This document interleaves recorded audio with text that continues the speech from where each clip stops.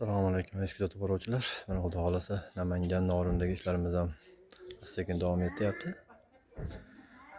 Tunuka follarimiz ham deyarli bo'ldi hamma joy. Men sizlarga ichkarini bir ko'rsatib o'taman. Pauza qilgan holda. Ravoddan kirishimizda uzun. Yo'q, shart emas. Endilikdan bo'lgan ishimiz uzunligi 14 metrga 4 metr.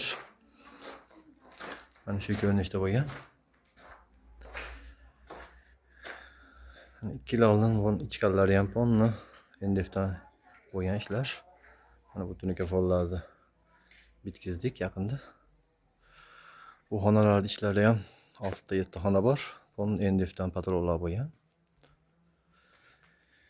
İchkaridagi xonalarni ham bitkizib o'tdik. Men ko'rsatib o'taman. Kirishimiz bilan oshxona. Oddiyroq ko'rinishda. Bu yerda yana bitta xonamiz.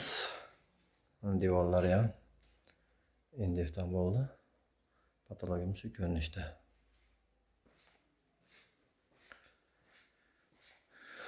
Bu yerda kichkina koridorchamiz shu ko'rinishda.